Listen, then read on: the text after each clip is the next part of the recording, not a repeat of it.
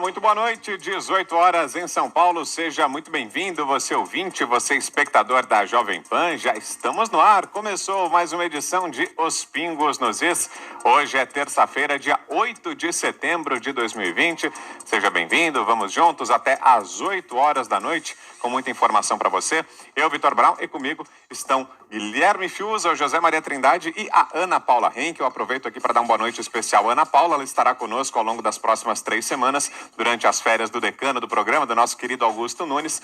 Já dou boas-vindas, boa noite para você, Ana, seja bem-vinda sempre, é um prazer tê-la aqui. Vamos lá então, começando com os destaques do programa de hoje. Conselho do MP pune Dallagnol com censura por postagens contra Renan Calheiros.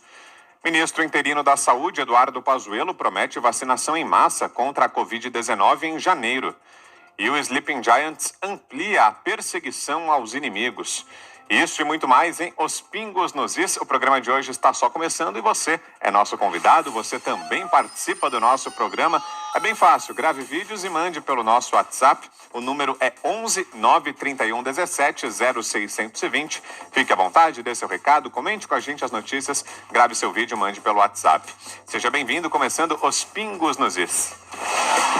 Opinião. Hora de colocar os pingos nos is. O Conselho Nacional do Ministério Público puniu por 9 votos a 1 o procurador da República Deltan Dallagnol por postagens em rede social em que ele se posicionou contra a eleição do senador Renan Calheiros para a presidência do Senado em 2019. O caso é resultado de uma representação em que o senador, investigado na Lava Jato, acusou Deltan de quebra de decoro. O parlamentar alegou que o ex-coordenador da Lava Jato foi às redes sociais para atacá-lo e tentar interferir na eleição da presidência do Senado em 2019, o que configuraria ato político partidário vetado aos integrantes do Ministério Público. A penalidade de censura é a segunda mais branda aplicada pelo Conselho depois da advertência. Ela atrasa a progressão na carreira e serve de agravante em outros processos no Conselho. Os procuradores também podem ser punidos com suspensão, demissão ou cassação da aposentadoria. A defesa de Deltan Dallagnol vai recorrer ao STF contra o julgamento do CNMP. Deltan e Renan comentaram o caso nas redes sociais. Deltan disse o seguinte: o Conselho Nacional do MP me censurou hoje por ter defendido a causa anticorrupção nas redes sociais de modo proativo, aguerrido e apartidário. Discordo da decisão que ainda há de ser revertida. Já Renan afirmou: a advertência do CNMP é branda para a odiosa perseguição de Deltan contra mim, campanhas políticas opressivas, postagens fakes, investigação sem prova para tornar-me multi-investigado, mais de 2/3 arquivadas pelo STF. Entrarei com ação civil para reparação de danos morais. Essa é a postagem de Renan Calheiros. Sua avaliação, Fiuza? Acho que está tudo errado nesse episódio, né? De fato, simbolicamente, é uma decisão muito grave, né? É um símbolo contra um líder de uma devassa, né, nos criminosos de colarinho branco, né? Uma coisa sem precedentes no Brasil, que é o Deltan Dallagnol. Então, evidentemente que essa decisão nos faz lembrar os arroubos ali do procurador-geral contra a Lava Jato, né? O Augusto Aras falando do lavajatismo, ali quase com uma certa raiva, né? Aquilo que parecia um comício, um libelo, uma coisa que me chamou a atenção por ser num tom realmente inflamado contra uma instituição que é a instituição mais respeitada do Brasil no momento, que é a Operação Lava Jato. Eu acho, Vitor, que, por outro lado, o procurador Deltan, eu já tenho mencionado isso aqui, né? A partir de um determinado momento do percurso, ele passou a aparecer menos, trazendo investigações à frente, como ele se destacou no período de ouro da Lava Jato, e começou a entrar na arena da retórica. Né? Ele começou a trazer muitos outdoors sobre a operação, ele trazia umas indicações, umas sugestões de transformar institucionalmente para que a Lava Jato passasse a arrecadar, pudesse ter a receita, né, dos recursos devolvidos, obtidos pela operação. Então, eu acho que o Deltan também saiu um pouco do figurino dele. E esse posto do Deltan contra o Renan Calheiros, eu também acho que é falta de compostura, esse post do Deltan. Porque ele é um procurador.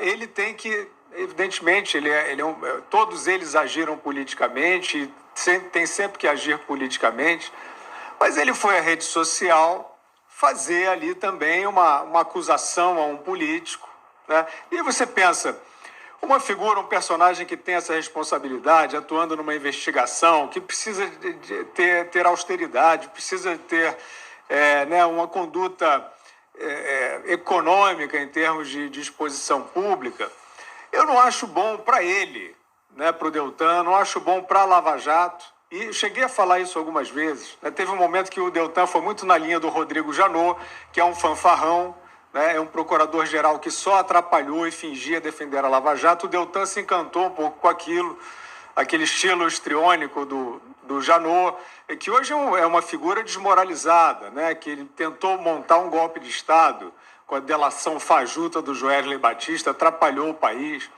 E o Deltan foi um pouco ali. O Deltan nunca deu uma palavra, por exemplo, em relação a esse momento complicadíssimo da política brasileira, liderado pelo Janot.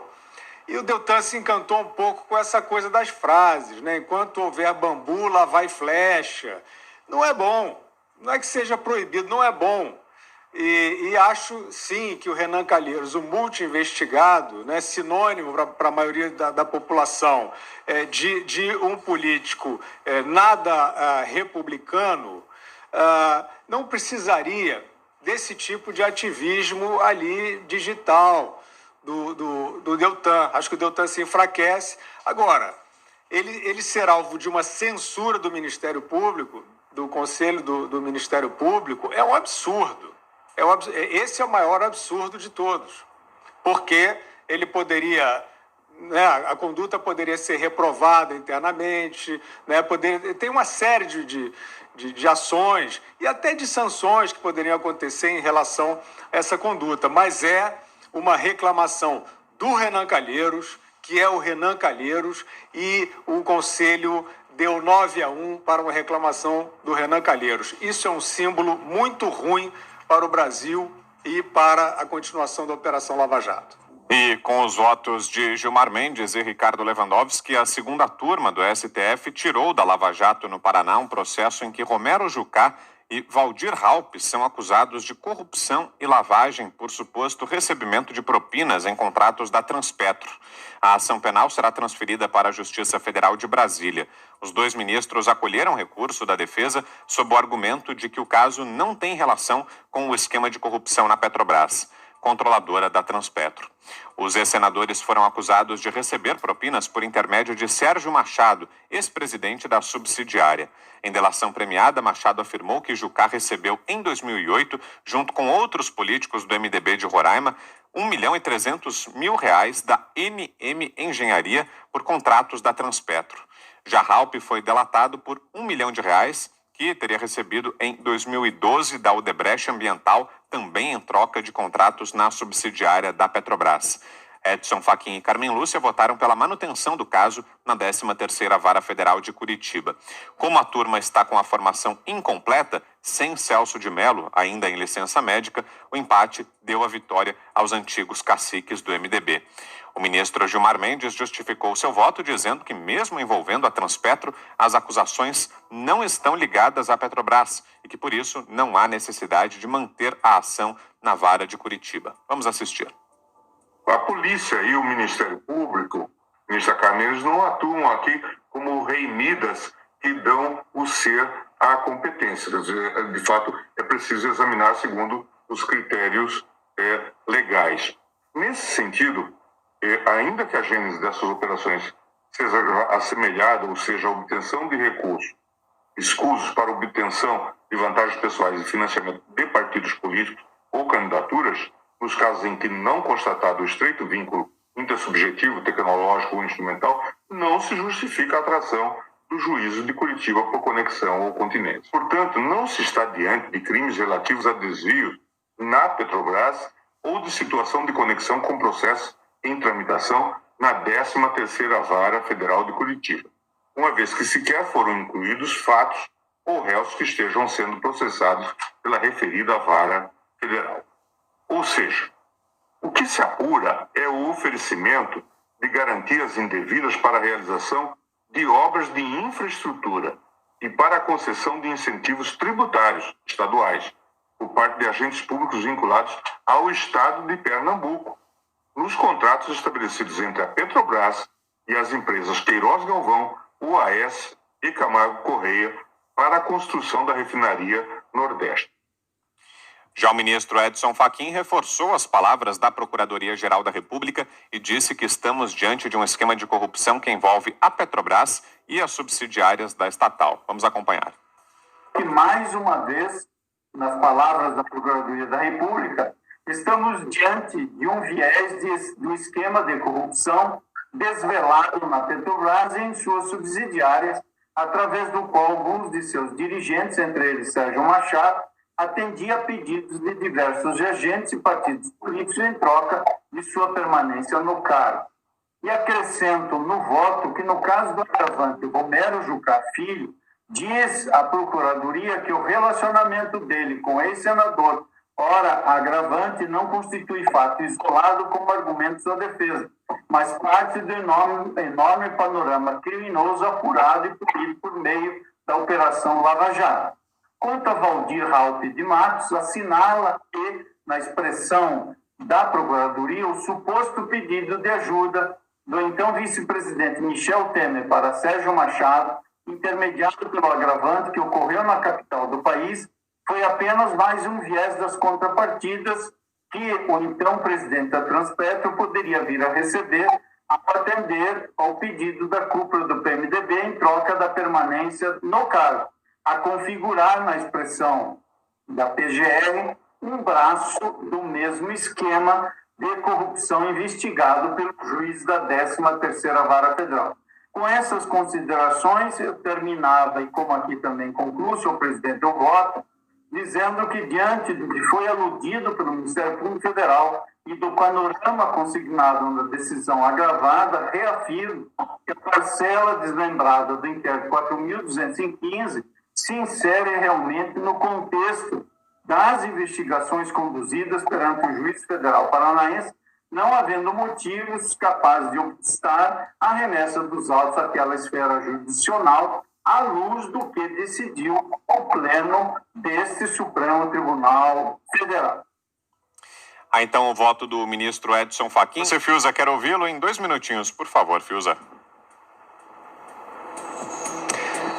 Esse joguinho do empate 2-2, ele está uma vergonha, né? Como disse o Augusto Nunes algumas vezes aqui, é um comportamento, é uma conduta não aceitável, inaceitável, e por conta disso até o Augusto fez essa pergunta ao Marco Aurélio Mello, ao ministro Marco Aurélio Mello, em entrevista aqui nos Pingos, e o Marco Aurélio confirmou, né? O ministro do Supremo confirmou que essa questão do empate favorecendo o réu vale para o habeas corpus, só para o habeas corpus. Marco Aurélio disse, está gravado aqui, está no canal dos Pingos no YouTube, para quem quiser ver. Ele explicou isso, perguntado pelo Augusto Nunes. Então, evidentemente que o Celso de Mello fora, ficou esse joguinho aí combinado, né? 2-2, 2-2, 2-2, e assim eles vão liberando. Agora, eu acho que essa delação do Sérgio Machado, ela não é boa. Para começar, ela foi pactuada com o Rodrigo Janot. Nada do que é feito na esfera do Rodrigo Janot tem qualidade, né? O Rodrigo Janot é um fanfarrão. Ele pensou em ser presidente da República, depois ele lançou um livro dizendo que pensou em se matar, depois disse que pensou em matar o ministro do Supremo, Gilmar. Então, assim, essa delação, o Sérgio Machado, que era o Midas, da cultura, né? Quer dizer, eu volto a dizer aqui, a classe artística tem projetos valiosos, importantíssimos, com fomento, né? com subsídio, dentro da lei, que valeu a pena, que enriqueceu culturalmente o Brasil. Mas nesse feudo aí do Sérgio Machado, ele era o rei, era o Midas das cartas marcadas, com uma parte privilegiada da classe artística. Então ele virou essa grande ONG lá na Transpetro, né? E quando ele ficou muito leal ao PT, no final das contas, e quando estava o governo Temer, que era um governo de reconstrução, não era o governo do Renan Calheiros, das raposas do PMDB, o Renan Calheiros tentou até atrapalhar, o Sérgio Machado fez essa delação fajuta junto com o Rodrigo Janot para tentar atrapalhar o governo de transição. Então isso tudo é muito frágil e favoreceu essa desculpa esfarrapada do Gilmar de que Transpetro não é Petrobras. Agora são 6h34. Recebo de volta agora quem está nos ouvindo pelo rádio também, formada aqui mais uma vez a rede Jovem Pan News. Seguimos juntos aqui com os Pingos nos Is nessa noite de terça-feira. Bom, um destaque internacional agora, o Tribunal Constitucional da Bolívia confirmou na noite desta segunda-feira que o ex-presidente Evo Morales não poderá concorrer como senador pelo departamento de Cochabamba nas eleições marcadas para o próximo dia 18 de outubro. A justificativa da corte, que ratificou sentença da Justiça Eleitoral de fevereiro, é que Evo não conta com os 2 anos de domicílio na Bolívia, que são requisitados por lei para ser candidato. O ex-mandatário renunciou ao cargo em novembro do ano passado, em meio a denúncias de irregularidades na eleição presidencial de outubro de 2019, em que Evo concorria a um 4º mandato. Depois de um breve período no México, Evo vive em Buenos Aires, alegadamente como refugiado. O ex-presidente afirmou que acatará a decisão porque nosso compromisso e prioridade é que o povo saia da crise, mas afirmou que o tribunal tomou uma decisão política, ilegal e inconstitucional. Em 1 minuto, quero ouvi-lo, Fiuza. Esse aí é um dos heróis, né, entre muitas aspas, do chavismo, né, que tem a singularidade, né, que tem o traço comum a todos eles, que é querer ficar para sempre no poder. Que o Maduro conseguiu. O Maduro ficou para sempre, pelo menos até hoje. Seria o Hugo Chávez, né, que faleceu, fez o seu sucessor. E o Lula pretendia isso, né? O Lula foi Lula vezes 2, depois foi Dilma vezes 2, e ele ia voltar, e eles querem isso para sempre, porque são autoritários e cometeram diversos crimes, né? Por trás desse véu de bondade, de progressismo, são criminosos, e é só o começo, eles vão pagar por esses crimes no continente inteiro. O ministro interino da Saúde, Eduardo Pazuello, afirmou nesta terça-feira que o país dará início em janeiro à vacinação da população contra o novo coronavírus. Em reunião ministerial, o ministro disse que as primeiras doses devem chegar a partir do início do próximo ano e que o plano é já imunizar todo mundo. Aspas. A gente está fazendo os contratos com quem fabrica a vacina e a previsão é de que essa vacina chegue para nós a partir de janeiro. Em janeiro do ano que vem, a gente começa a vacinar todo mundo. Enquanto isso, a vacina chinesa contra a Covid-19, aquela prometida pelo governador de São Paulo, João Dória, apresentou respostas imunológicas desencadeadas pela vacina ligeiramente mais fracas em idosos do que em adultos mais jovens. Autoridades de saúde estão preocupadas se as vacinas experimentais podem proteger com segurança os idosos cujo sistema imunológico geralmente reage de forma menos robusta às vacinas contra o vírus. E ainda falando sobre as vacinas, tem uma outra informação que acaba de chegar aqui. É o seguinte, a AstraZeneca, a empresa responsável por desenvolver uma vacina contra a Covid-19 junto à Universidade de Oxford, anunciou agora há pouco que está suspendendo os testes. Em um posicionamento oficial, a companhia afirmou que reações adversas em um dos pacientes no Reino Unido forçaram a companhia a parar os testes em larga escala, isso na chamada fase 3. Os testes envolvendo a vacina da AstraZeneca no Brasil estão acontecendo em parceria com a Fiocruz.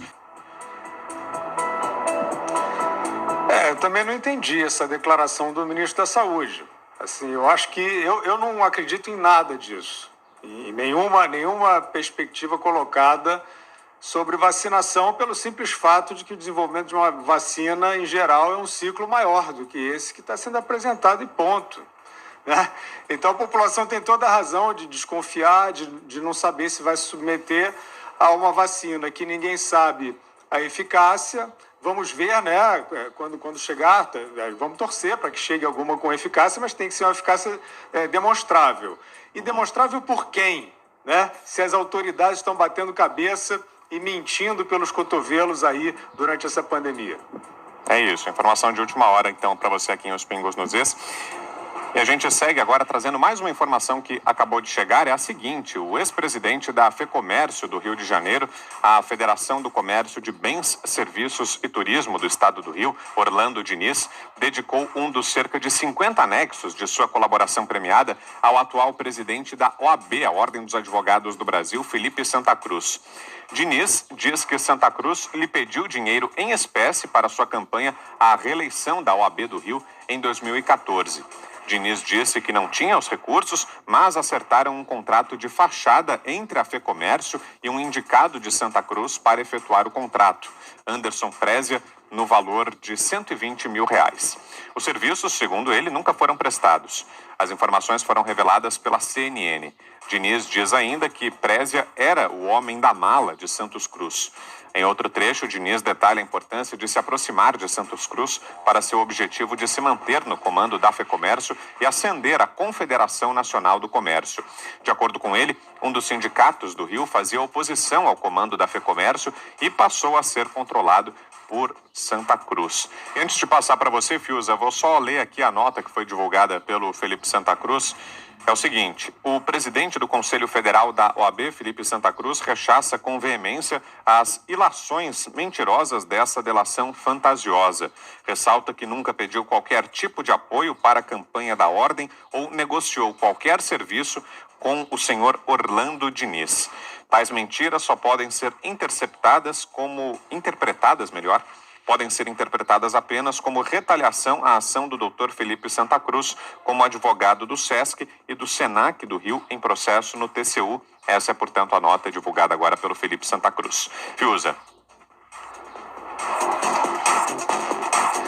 Eu acho que as delações, de fato, é um instituto muito bom. A Lava Jato se beneficiou muito, se baseou, né, nesse instituto, nesse instrumento investigativo. Mas ele tem que ser muito bem calçado.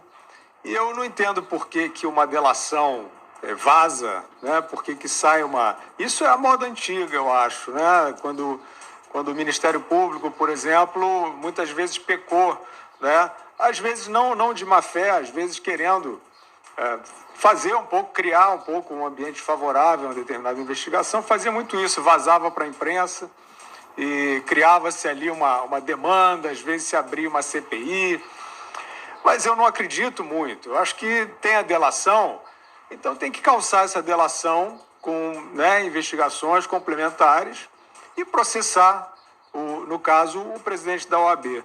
O que eu sei, e isso não tenho nenhuma dúvida, é que esse presidente da OAB, ele é mais conhecido por fazer política ombro a ombro com o PT. E isso é o demonstrativo suficiente para a carreira, para os propósitos de qualquer um. O PT é sinônimo do roubo ao dinheiro público. O PT é o sinônimo de um biombo, né, de virtudes humanitárias para depenar o cidadão, para fazer sofrer o povo. O PT é tudo isso demonstrado fartamente na justiça. E depois disso, fartamente demonstrado na justiça, esse presidente da OAB, que é um militante, ele mesmo se assume, né, como um militante, passou a fazer política, transformou a OAB, pelo menos a presidência nacional, num anexo do PT. Todas as causas do PT, a OAB está junto, a direção nacional está junto. Esteve junto, inclusive, nos questionamentos ao ministro Sérgio Moro, ou seja, a Ordem dos Advogados do Brasil, né, que seria a representação do direito, ou pelo menos dos agentes do direito, que são os advogados em todo o território nacional. agindo para proteger o maior ladrão já conhecido na política brasileira, que é o Lula. Então, esse é o Felipe Santa Cruz, esse é o presidente da OAB que transformou a OAB numa CUT, né? Transformou a OAB exatamente num puxadinho do PT. Né? Isso eu acho que diz muito. Eu acho que os investigadores certamente estão atentos a essa prática, né? Estão atentos a essa postura, porque ela não é nada, não é uma boa recomendação, né? Sobre uma reputação e sobre os métodos de cada um. Agora, eu quero dizer que enquanto o país tentava se refazer do assalto do PT, que vendeu parte do Estado brasileiro às grandes empreiteiras, a OAB estava junto do PT para criar o chamado fundão eleitoral, que era para fazer uma demagogia, tirar as empresas, dizer nós somos contra o abuso de poder econômico, né? Somos contra os empresários dominarem, viciarem o processo eleitoral. Então vamos proibir a doação de pessoa jurídica e, para isso, nós precisamos de dinheiro para a campanha. Vamos criar o fundão eleitoral, ou seja, foi um assalto 2.0. A OAB estava, de novo, ombro a ombro com o PT, nessa nova forma de lesar o povo brasileiro em sequência ao grande assalto, né? Então agora é isso, vamos ver se o abuso do poder econômico foi, né, condenado pela OAB junto com o PT, vamos ver se enquanto isso esse presidente da OAB estava se beneficiando do poder econômico, né, dos empresários para sustentar sua campanha ou sabe-se lá o quê. Mas isso não é uma afirmação, porque isso precisa ser julgado. E o deputado federal Fábio Tradi anunciou nesta terça-feira que vai pedir a reabertura da comissão que trata da proposta de emenda à Constituição da segunda instância. As comissões temporárias e mistas do Congresso Nacional foram fechadas no início da pandemia de coronavírus e seguem dessa forma por tempo indeterminado. De acordo com Tradi, que é o relator da medida, se a Câmara esperar a volta à normalidade dos trabalhos na casa para reativar as comissões, a PEC pode ser engavetada. Segundo o parecer, o trânsito em julgado passa a ocorrer na segunda instância. A regra só valerá para processos abertos após a aprovação da PEC e atinge todas as áreas do direito, não só a penal. Se Maia autorizar a instalação, a ideia dos deputados é fazer a leitura do relatório no colegiado na próxima terça-feira. Haverá prazo para debate antes da votação. Se aprovada, caberá a Maia definir quando a proposta entrará na pauta do plenário. Boa, virando a página, um outro destaque aqui, a casa do ex-prefeito do Rio de Janeiro, Eduardo Paes, foi alvo de um mandado de busca e apreensão na manhã desta terça-feira. O imóvel fica em São Conrado, zona sul da cidade. A ordem foi expedida pelo juiz Flávio Itabaiana de Oliveira Nicolau. Itabaiana também aceitou uma denúncia do Ministério Público do Rio de Janeiro e tornou Paes réu por crimes de corrupção, falsidade ideológica eleitoral e lavagem de dinheiro. De acordo com a denúncia, o ex-prefeito Eduardo Paes teria recebido vantagens indevidas no total de aproximadamente 10,8 milhões de reais, mediante entregas de dinheiro em espécie por operador financeiro a serviço do Grupo Odebrecht para o financiamento de sua campanha eleitoral de reeleição à Prefeitura do Rio em 2012. A Procuradoria-Geral do município do Rio afirma ter encontrado elementos indicativos de que valores oriundos dos cofres públicos do município foram desviados. O MP afirma que o dinheiro não foi para Paes diretamente. Aspas. Renato Barbosa Rodrigues Pereira e de Eduardo Bandeira Vilela, sócios da Prole Serviços de Propaganda, receberam sucessivas entregas de dinheiro em espécie visando a custear de forma dissimulada a campanha eleitoral em que o então prefeito buscava a sua reeleição. Fiuza. O esquema foi montado um esquema gigantesco ali quando havia aquela tríade Lula, Cabral e Eduardo Paes. Mas o que eu sempre ouvi, assim, no bastidor, era que, quer dizer, o Cabral, que está condenado aí a quase 300 anos, né, de prisão, era, de fato, o olho grande, né? Era aquele que procurava, em qualquer contrato, obter todas as vantagens pessoais possíveis. Eu sempre ouvi, eu acho que eu não tenho que dizer nada, a investigação é que vai dizer, mas sempre ouvi que isso não acontecia em relação ao Eduardo Paes. O Eduardo Paes é um político que vem ali do discípulo do César Maia e que apareceu como uma jovem promessa para a política, na linha mais interessante do ex-prefeito César Maia, que era um pragmatismo administrativo, né? César Maia, economista, etc. Ele, de fato, por um certo período, saneou as finanças da cidade do Rio de Janeiro e realizou obras importantes de ordem urbana, que é um legado que está aí até hoje, né? Inclusive no programa Favela Bairro, programa Rio Cidade, né? Parecia sim ser...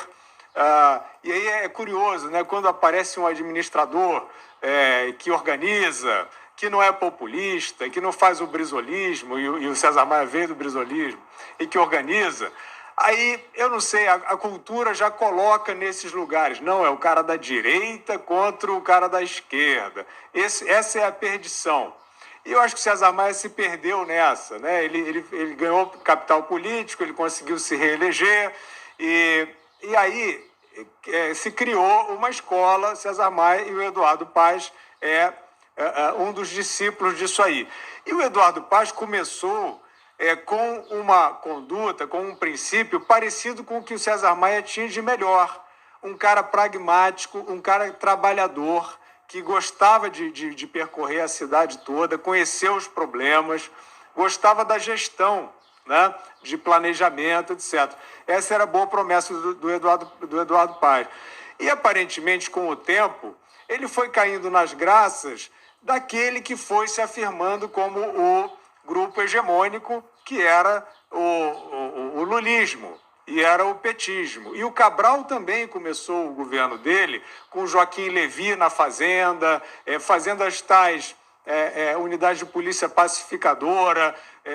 Parecia ser, eu acho até que era no início, também uma tentativa pragmática diferente do passado do Cabral, que era ali um deputado de Assembleia Legislativa mais fisiológico e tal, de quem não se podia esperar muito.